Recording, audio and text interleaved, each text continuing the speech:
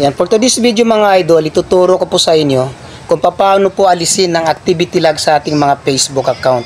Yung activity lag mga idol, ito po yung dahilan kung bakit po hindi smooth or naglalag yung ating mga Facebook account kapag po tayo ay gumagamit ng ating mga Facebook. Kasi nga dahil yung ating mga watch history na nandoon sa ating cellphone ay hindi natin natatanggal. So ngayong araw na ito mga idol, panoorin niyo po ito hanggang matapos dahil maiksi lang po ito. Panoorin niyo po ito at ituturo ko po sa inyo isa-isa kung paano po maalis ang activity lag sa inyong mga cellphone. So kung ready ka na, panoorin mo ito.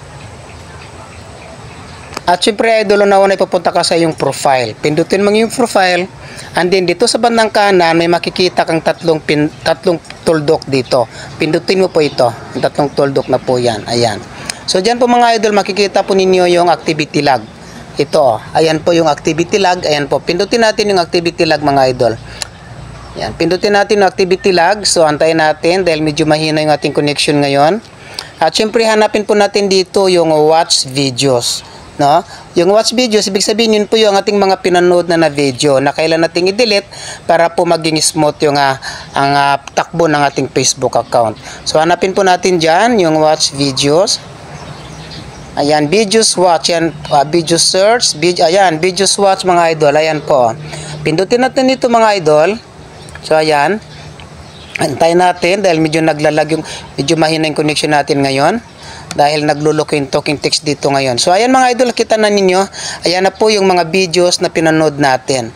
So kailan po nating i-delete po ito para po mawala po siya sa ating watch history para po maging smooth ang pagtatakbo ng ang paggamit natin ng ating mga Facebook account. So ayan po, pindutin natin yung clear his watch history. Yan, i-clear lang po natin ito. And then ayan, nakita po ninyo nandyan yung clear sa bandang kanan.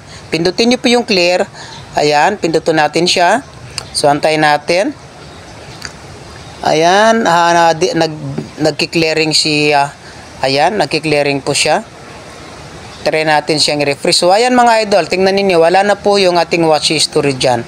So, ganun lang po kadali mga idol, ang pagtanggal ng ating activity lag sa ating mga Facebook account. So, kung may natutunan ka idol, like and share.